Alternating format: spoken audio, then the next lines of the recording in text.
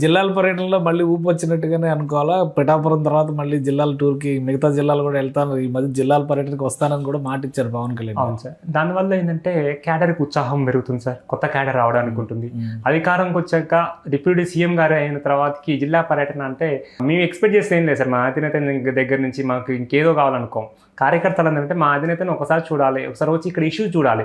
ఇప్పుడు ఎక్కడ కూడా ఏమైనా కూడా సార్, మీరు మహారాష్ట్ర మన కర్ణాటక చూశారు సార్. మీరు ఒక్కసారి ఇటు రండి, వస్తే మా సమస్యలు తీరుతున్నాయని ఇక్కడ ఉన్న మంత్రి కూడా అంటున్నారు.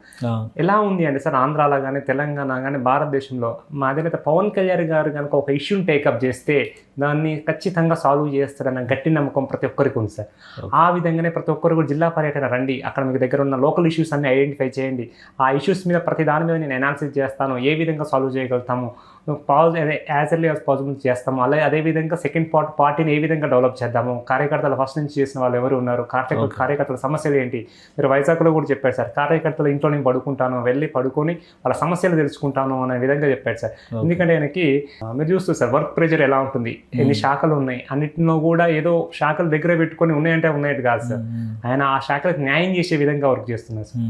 సో అలాంటి నాయకుడు కార్యకర్తల ఇంటికి వచ్చి కార్యకర్తల ఇంట్లోనే బస చేసేటువంటి రోజులు ఉన్నాయి అయితే పవన్ కళ్యాణ్ గారు ఖచ్చితంగా ఉన్నాయి సార్. ఎందుకంటే ఆయన ఇంటెన్షన్ అది సార్. ఏంటి అంటే వెళ్ళి కార్యకర్త, కింది స్థాయి కార్యకర్తను బస చేయడం మీన్స్ ఏంటి అంటే ఆ కార్యకర్త యొక్క ఏం ప్రాబ్లమ్స్ ఫేస్ చేస్తున్నాడో, పార్టీ పరంగా గవర్నమెంట్ పరంగా ఏం చేస్తున్నాడో, ఏ విధంగా దాని వ్యక్తిగతంగా కూడా ఏ విధంగా ఉన్నాడు, ఎలా గవర్నమెంట్లో కానీ ఒక సామాన్యుడికి ఎలాంటి పథకాలు తీసుకురావాలి, ఏ విధంగా ఉంటే బాగుంటుంది, ఎన్ని సజెషన్స్ అంటే కొంచెం టైం స్పెండ్ చేస్తే ఇవన్నీ కూడా న్యాచురల్గా తీసుకోగలుగుతారు. ఏదో రిప్రజెంటేషన్ మైక్ కనపడంగానే మాట్లాడే విధంగా అయితే రావు సార్. ఒక వ్యక్తి ఇంట్లో వ్యక్తిగా కలిసిపోయినప్పుడు వస్తాయనే ఇంటెన్షన్తో నేను బస చేస్తాను అని చెప్పి చెప్పడం జరిగింది సార్.